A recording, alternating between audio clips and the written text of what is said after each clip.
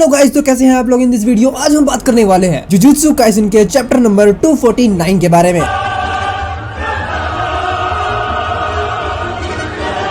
पिछले चैप्टर में यूटा आया था और वो मैदान में उतरा था सुकुना से फाइट करने के लिए, क्योंकि यहाँ सबकी हालत टाइट है। और वो इसलिए टाइट है क्योंकि हमारा जो हीरो है यूजी इटाडोरी, उसकी खुद की हालत टाइट है, पूरी तरह से हीरो बना नहीं और आ गया मैदान में। यहाँ तक कि खुद सुकुना भी इस मांगा के अंदर यूजी से कहता है कि चल तुझे कुछ तो रोल मिला इस मांगा में।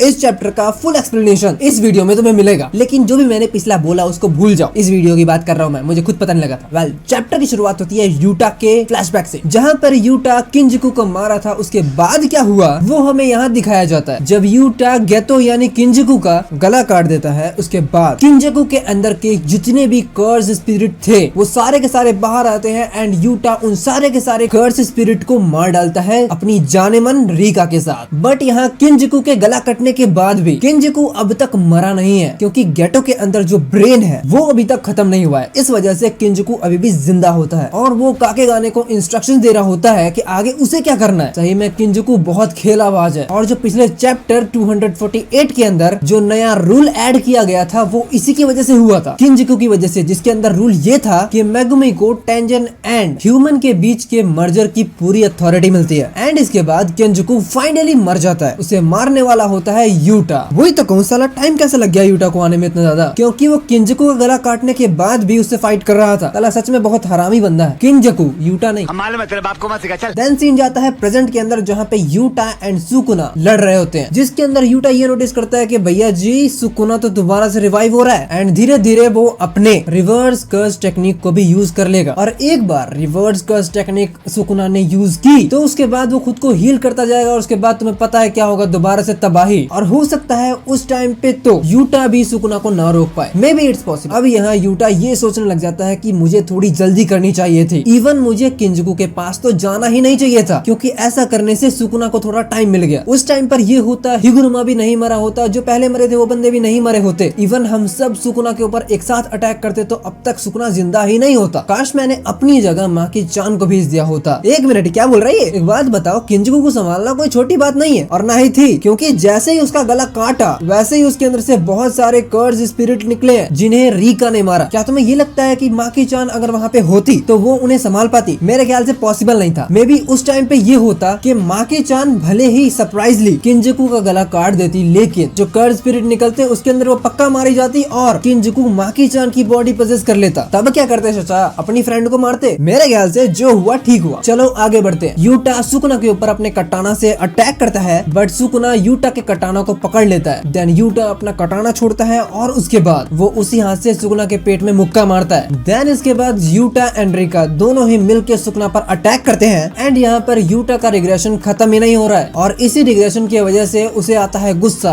और वो यूज करता है डोमेन एक्सपेंशन, खाओ माँ कसम, जिसके लिए हर एक जीजे के फैन इंतजार कर रहा था, जिसका नाम है ट्रू एंड म्यूचुअल लव। इसके अंदर बहुत सारे कटाना होते हैं एंड जो सुकुना को बुरी तरह से घेर लेते हैं। इतना ही मुझे दिख रहा है जापानीज में, ठीक है। सुकुना होलो विकर बास्केट को यूज करता है, जिससे उसके ऊपर जो भी डोमेन एक्सपेंशन हो रहा है उसे वो काउंटर कर सके। जिस time Sukuna wicker basket technique को यूज करता है उस टाइम पर यूटा एक कॉपी टेक्निक यूज करता है, जो थी तकाको उरो की थिन आइस टेक्निक, जिससे सुकुना का होलो विकर बास्केट काउंटर नहीं कर पाता।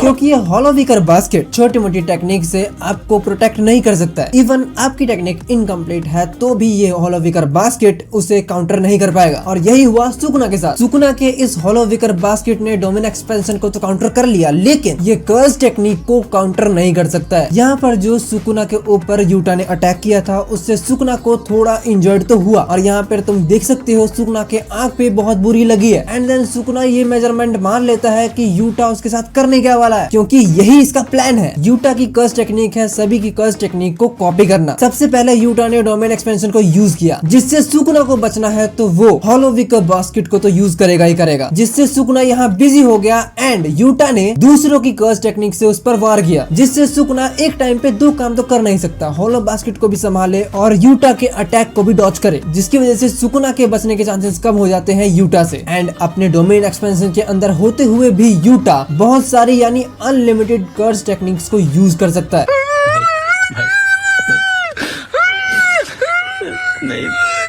भाई ये गोजो से ऊपर जा रहा है क्योंकि इतना ओपी डोमेन एक्सपेंशन कहाँ बचा के रखा था भाई साहब। ये तो गोजो लेवल है या फिर गोजो से भी ऊपर है, क्योंकि तुम एक चीज देख सकते हो, बचने के चांसेस बेंचो है ही नहीं यहाँ। और इस चीज से मेरे ख्याल से सुकुना भी थोड़ा डर चुका है, मतलब लिटिल बिट। अब यहाँ बारी आती है हमारे हीरो यूजी की, जो अब सुकुना से फाइट करने को तैयार है यूटा के साथ। एंड यहाँ यूजी का प्लान तो ये है कि वो सुकुना को मार मार के मेगुमी को उसके अंदर से बाहर निकाले, जिससे कोई तो बचेगा बे, सभी को मार ही डालोगे। एंड यहाँ पर यूजी ये कैसे करेगा? एक्चुअली यूजी के फिस्ट में इतनी पावर्स है कि वो किसी को भी अपना एक फिस्ट मारेगा तो वो उसके सोल तक को हिला सकता है, इतना पावरफुल मुक्का है उसका। अब धीरे धीरे ऐसा लगता है कि यूजी अब मेन हीरो में आ रहा है, क्योंकि सपोज करो अगर गोजो यहाँ पर होता तो फैंस तो पक्का यही चाहते हैं कि सुकुना को गोजो ही मारे। बात तो सही है। सो दोबारा आते हैं मांगा पे। यूजी के आने के बाद सुकुना यूजी को बोलता है चलो तुम्हें कुछ तो रोल मिला इस मांगा के अंदर भैया, साले कुछ करो, तुम हीरो हो। सो एट लास्ट ये चैप्टर यही खत्म हो जाता है। एंड अगला चैप्टर आएगा तो अगले चैप्टर में हम देखेंगे,